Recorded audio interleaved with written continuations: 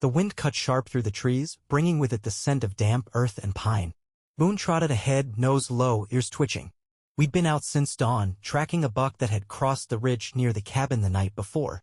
I crouched by the creek, pressed 2 fingers to the mud. Deep prints. Fresh. A good sign. Boone sniffed the air, then let out a low whine. He was uneasy.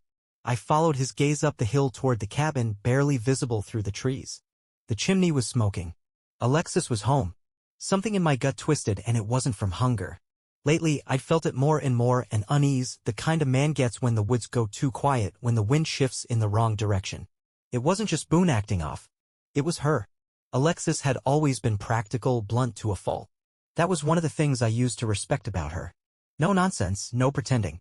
But lately, that bluntness had turned into something else, short answers, small lies she didn't even bother to cover well. A week ago, I walked in from a late job and found her sitting on the couch, phone in her hand.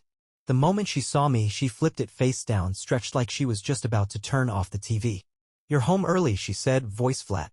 "I said I'd be back Tuesday." She shrugged. "Thought you meant night." I hadn't.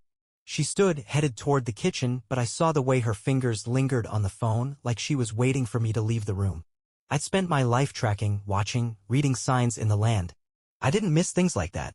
Now, as Boone and I made our way up the hill, I noticed the other signs too, her car parked at a slightly different angle than when I left. Like it had been driven, repositioned. The garbage can rolled back from the curb, but a foot off from where I usually put it. Small things, things most men wouldn't notice. But I wasn't most men. Inside, the house smelled like coffee and something sweet. Alexis was at the counter, back to me, stirring a spoon through a bowl. She didn't look up when I stepped inside, just said, "You're muddy." I glanced down. My boots were clean. I shut the door, unhooked my rifle, set it down by the rack. Boone shook off beside me, sending droplets across the floor. Alexis clicked her tongue. "You make a mess, you clean it up," she said, still not looking at me. I grabbed a rag, wiped my hands slow, watching her. She was wearing the blue sweater I got her last Christmas. The one she never wore. Her hair was damp. "Showered recently. You go out this morning?" I asked. She hesitated just a fraction, then went back to stirring. "Groceries." I nodded, kept my voice level. "Where from?" Another pause. "Rosie's." I let that sit. Rosie's had closed 2 months ago. She finally turned, met my eyes, just for a second, then pushed the bowl toward me. "Made banana bread." I picked up a piece. Took a bite. Chewed slow. Boone sat by my feet, eyes locked on Alexis like he was reading her too. "Taste good?" she asked. I swallowed, set the rest down. "A little off." She frowned. "Used the last of the bananas." "Maybe that's it." We stood there for a moment, the hum of the fridge the only sound between us. Outside, a car passed down the road, gravel crunching under the tires. I didn't turn to look, but I noticed how Alexis's eyes flickered toward the window. How her fingers curled just slightly at the counter's edge. Boone let out a low whine. I scratched his head, more to steady myself than him. The feeling in my gut wasn't going anywhere. If anything, it was getting worse. I took my time finishing the piece of banana bread, chewing slow. Alexis shifted her weight just slightly before turning away and rinsing the bowl in the sink. She never did like silence. I let it stretch. "You see Piper this morning?" I asked. She paused, then shook her head. "No." "Why?" "Just curious." She said she saw a car in the driveway the other day. Alexis barely flinched, but I caught the slight tightening of her shoulders. "Probably the mailman." I set the plate down. "Mailman doesn't drive a black Audi." That got her. Just for a second, she gripped the edge of the sink a little harder than she meant to, then turned, drying her hands on a dish towel. "What are you getting at, Blake?" I met her eyes. "I don't know." "What am I getting at?" Her jaw clenched, but she forced a laugh, shaking her head. "Jesus. You spend too much time alone in the woods. You're acting like some paranoid old man." I didn't react, didn't rise to it. Just let Boone lean against my leg, feeling the weight of him steady me. "Who's the Audi belong to?" She sighed like she was exhausted by the whole thing. "I don't know. Maybe a friend stopped by." I tilted my head slightly. "What friend?" Alexis rolled her eyes, turning back to the sink, running water over a plate that didn't need cleaning. "I don't keep track of every damn car that comes down this road." I nodded slowly, picking up my rifle, brushing a bit of dirt off the stock. "Huh." She didn't ask what that meant, just kept scrubbing that plate. I watched her for another few seconds before heading to the back door, Boone trailing me. "You going somewhere?" she asked. "Got work." "You just got back." I shrugged. Figured I'd check my traps before sundown. She exhaled hard through her nose but didn't argue. I pulled the door shut behind me, Boone at my heels. The air was crisp, the kind that hinted at snow coming soon. I headed down the trail, boots crunching over dead leaves, keeping my pace even. I wasn't checking traps. I was going into town. I kept my mind clear on the drive, rolling the window down to let the cold air keep me sharp. The kind of men I grew up with, the ones my father raised me around, they didn't jump to conclusions. They didn't run their mouths when they were angry. They watched, they waited, they put the pieces together before making a move. That's what I intended to do. Blackwood wasn't big, but it had its pockets of people who liked to talk. The diner on Main Street was one of them. I pulled in, took my usual booth near the window. Maggie, the waitress, poured my coffee without asking. "Thought you were out on a job this week," she said. "Got back early." She nodded, tucking her notepad in her apron. "You want the usual?" "Just coffee for now." She didn't push, just left me be. That's what I liked about Maggie. She knew when to talk and when to shut up. I sipped the coffee slow, listening. The morning crowd was thinning, mostly older folks who had nowhere else to be. Farmers talking about the price of feed. A couple of truckers swapping routes. And then, over by the counter, a voice I recognized. "Yeah man, I was surprised too. Didn't think she'd go for a guy like that." A laugh, low and smug. "Well, she sure as hell did." I glanced up from my coffee. Two men sat at the counter, one in a Carhartt jacket, the other in a clean button-up like he'd come straight from an office. I didn't recognize the first one, but the second, Jordan Vaughn. I didn't look at him directly, just let my ears do the work. "She still got the ring on?" the first guy asked. Jordan chuckled, stirring his coffee. "She takes it off when she's with me." The other man let out a low whistle. "Damn." Jordan grinned. "Yeah. Damn." I set my coffee down, slow and deliberate. My pulse was steady. My hands were steady. This was a rage, not the kind that made a man sloppy. This was something colder, something older, something passed down from men who knew that patience was the sharpest weapon of all. Maggie came by, topped off my cup. "You okay, Blake?" I looked at her, gave the faintest hint of a smile. "Yeah. Just thinking." She nodded, moved along. I finished my coffee, left a 10 on the table, and walked out, boots heavy against the wooden floor. I didn't look back. Didn't need to. I had all the confirmation I needed. Jordan Vaughn. Now I just had to decide what to do with it. I drove home slow, letting the truck roll easy over the back roads. The sky had gone gray, the kind that warned of snow in a day or two. Boone sat in the passenger seat, ears twitching, sensing the shift in me. He always knew. A good dog could read a man better than most people could. By the time I pulled up to the cabin, Alexis's car was gone. That was fine. I needed time. I went inside, set my rifle in the rack, poured myself a cup of coffee from the pot she'd left half full on the burner. It was weak. She never made it right. Jordan Vaughn. I rolled the name over in my head like a bullet in a chamber. He was younger, the kind of guy who probably still thought he had all the time in the world. Real estate, last I heard. A man who smiled too much, talked too loud, wore shirts too tight for a man his age. A man who thought he was smarter than he was. And he was screwing my wife. I leaned against the counter, took a slow sip of coffee, then picked up the phone. 3 rings, then a familiar voice. "Father Ellis." "It's Blake." A pause. "Didn't expect to hear from you this soon." I hadn't either. "You busy?" I asked. "Never too busy for you." He sounded tired like he always did. The weight of too many confessions on his back. "I'll be at St. Mary's in an hour." He exhaled like he knew what was coming. "I'll be here." I hung up, grabbed my coat, and stepped outside. The cold hit sharp, but I didn't mind. It cleared the head. Boone whined, tail low, watching me. I scratched behind his ear. "Stay." He sat, ears flicking back, as I walked to the truck. The drive into town was quiet, the roads mostly empty. Blackwood wasn't big and it wasn't fast.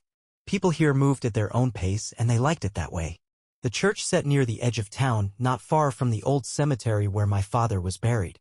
Father Ellis was already on the steps when I pulled up, hands in his coat pockets, watching me with those tired eyes. Inside, the church smelled of old wood and melted wax. No one else was there. I took a seat in one of the pews, Ellis beside me. He didn't say anything at first, just let the silence settle. That was one thing I liked about him. He didn't push. "You got something on your mind," he finally said. I nodded. "Yeah."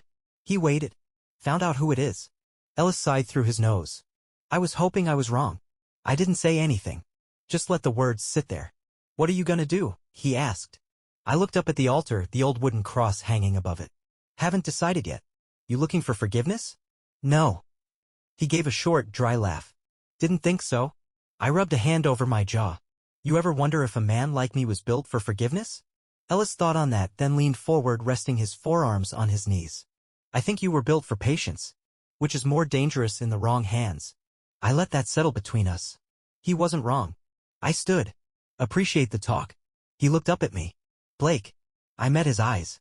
You already know what you're gonna do. Just be sure you can live with it. I nodded, then walked out. Back in the truck, I sat for a moment, hands on the wheel, watching the snow start to flurry. He was right. I already knew what I was gonna do. I was gonna take my time. This wasn't about rage. It wasn't about breaking a man's nose in a bar fight. This was about setting a trap, making the right moves, letting the prey come to me.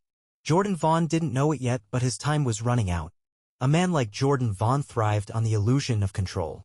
He thought he was the kind of guy who could juggle a dozen lies without dropping one. I knew his type. Overconfident, greedy, the kind who mistook recklessness for charm. He'd spent his life gambling on the idea that consequences were for other people. I was about to teach him otherwise. First, I needed leverage. Not some cheap revenge stunt. Something with weight. Something that couldn't be shrugged off with an apology or smirk. The kind of damage that stuck. So I started digging. Jordan wasn't as clean as he pretended to be. A man like him never was. I spent a couple days making quiet calls to people who owed me favors. A buddy at the county clerk's office let me know Jordan had refinanced his house 3 times in 5 years. A guy I knew from my guiding trips mentioned he'd seen Jordan getting into it with a bookie over at the Twin Pines Lodge. Debt was like blood in the water, and Jordan was bleeding. That was good. Then came the fun part, setting the trap. I went to see an old friend, Oliver King. He was a real estate lawyer who'd done well enough to afford a house up near Flathead Lake. We used to hunt together back in the day, back when his job was small claims and mine was teaching tourists how not to get eaten by bears.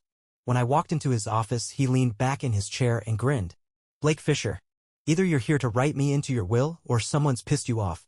I sat down across from him. Need some help with a foreclosure situation. He chuckled, running a hand through his graying hair. You finally getting tired of that shack you call a cabin? Not my property I'm interested in. He raised an eyebrow, then let out a low whistle. Whose? I slid a manila folder across the desk. Jordan Vaughn. Oliver picked it up, flipped through the documents inside, then shook his head. Jesus. This guy's a mess. He's got liens on his business, outstanding loans on 2 properties, and at least 1 bounced check that I can see. I nodded. And he's about to have a much bigger problem. Oliver smirked. You're gonna squeeze him. I'm gonna give him a choice. He exhaled, tapping his fingers against the folder. You know, I gotta ask, does this have anything to do with a certain wife of yours? I didn't answer. He shook his head. Yeah, that's what I thought. He leaned forward, lowering his voice. Blake, I can put pressure on the bank, make his loan situation worse, maybe even freeze his accounts for a bit, but if you're looking for something more, he trailed off, watching me. I need him desperate, I said. Not ruined. Not yet. Oliver studied me for a moment, then nodded. All right, but you owe me a good bottle of whiskey for this. Done. By the time I left his office, Jordan's world had already started shrinking. That night, I stopped by the Rusty Stag, a bar off Route 2 where men like Jordan liked to play big shot. It was the kind of place where a man could piss away a mortgage payment in a poker game and convince himself it was just a bad night. I took a seat in the corner, ordered a beer, and waited. Jordan showed up an hour later, laughing too loud, slapping backs like he owned the place. He was with 2 other guys, both younger, both the kind who'd drop him the second he stopped paying for drinks. I watched as he pulled out his wallet, grinning as he laid a $100 bill on the bar like it was nothing. I wondered if he even knew his accounts were already being flagged, if he'd even noticed the pressure starting to close in. Probably not.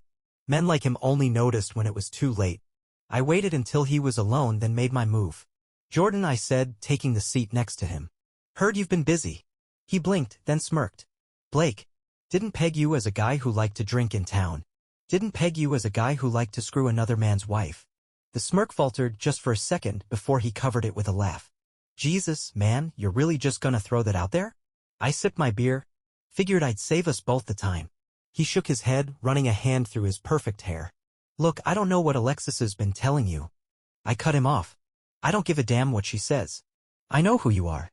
I know what you've done. I let that sink in, then leaned in slightly. And I know you're broke. That got him. His jaw tightened, eyes darting just slightly before he forced a chuckle. You been following me, Blake? I ignored the question. You're in debt, your business is failing, and as of this morning your bank is reconsidering your line of credit. His mouth pressed into a thin line. What do you want? I let the silence stretch before answering. I want you to disappear. He scoffed. And if I don't? I smiled. Then I turned the screws. Every account you have, every backdoor deal you've made, it all falls apart. You lose your house, your car, your business. You don't just lose money, Jordan. You lose reputation. You lose power. You become a joke. He swallowed, trying to play it cool, but I saw the sweat on his brow. And if I walk away? I leaned back, finishing my beer. Then this all stops.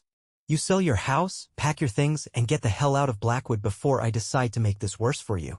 Jordan exhaled, shaking his head. This is personal, huh? I met his eyes, let my voice drop low. Not yet. He sat there for a long time, weighing his options. Then finally he nodded. All right, he muttered. You win. I stood, tossed a few bills on the bar, and patted his shoulder as I walked past. Good man. I didn't look back as I walked out. Didn't need to. I'd already won. Now I just had to make sure Alexis felt it too. Jordan left town the following week. Sold his house fast, under market value. I heard he packed up in the middle of the night, left without saying much to anyone. No farewell drinks at the Rusty Stag, no loud goodbyes. Just a quiet exit like a man trying to outrun his own shadow. That was good.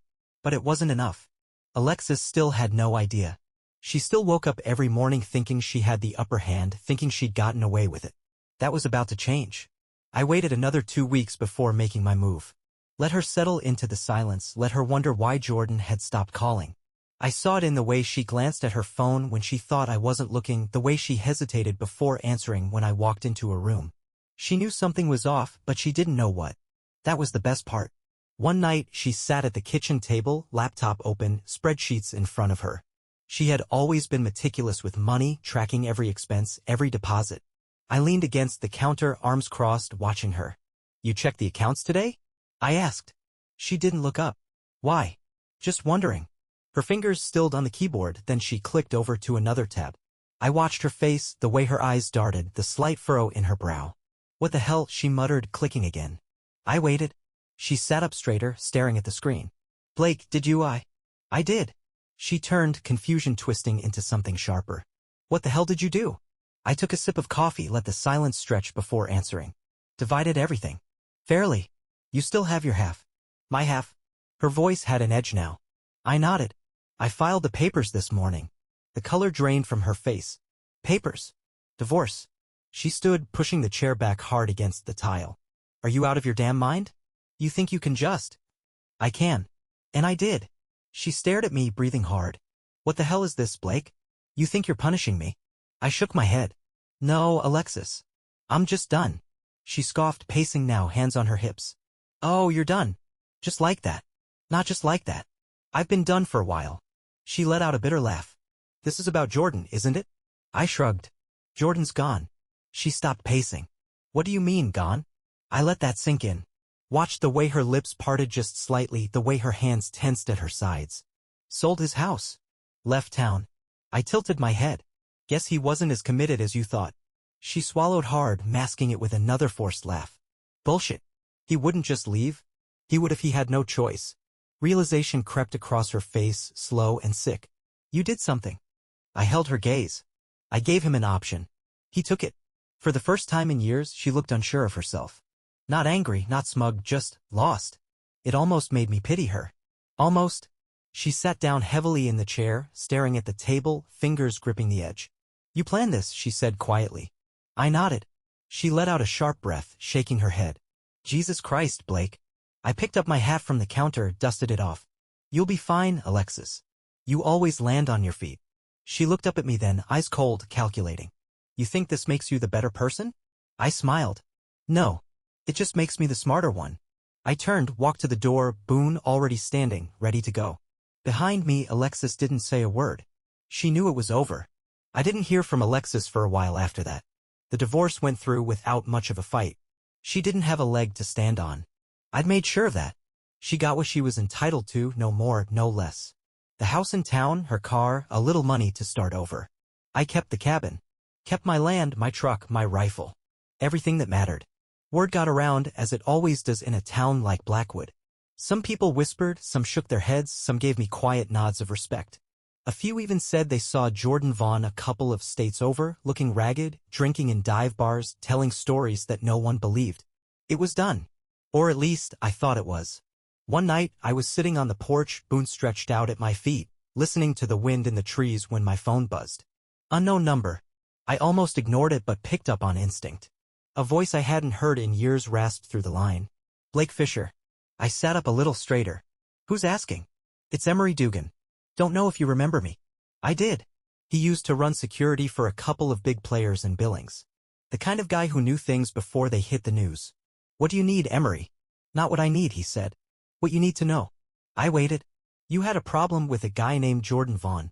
The quiet night around me felt different now, sharper, colder. Had. Right? Well, here's the thing. He wasn't just some loudmouth real estate guy. I stayed silent, waiting. He was tied into some bad people. Loan sharks, sure. But worse than that. Trafficking. Women, mostly. Some underage. The words hit like a gut punch, but I didn't react. Just let them settle. Emery exhaled on the other end. Thought you might want to know who you were dealing with. I kept my voice steady. Where is he now? Ran out of luck. Caught up with the wrong people. Found him in a motel down in Colorado. They say he went out ugly. I didn't say anything. Just looked out at the dark woods, the shifting shadows between the trees. You still there, Blake? Yeah. Emery hesitated. You good? I looked down at Boone at the steady rise and fall of his breathing. My hand ran absently over his coat, feeling the warmth, the steadiness of something real. I'm good, I said. All right, Emery said. Just figured you'd want to know. The line went dead. I sat there for a long time staring out at the trees. My whole life, I'd known there were different kinds of men in this world. Some were weak. Some were cruel. And some were just born bad. Jordan had been the worst kind. And for all the planning I'd done, all the careful steps I'd taken, I hadn't even known what kind of snake I'd been dealing with. I thought about Alexis.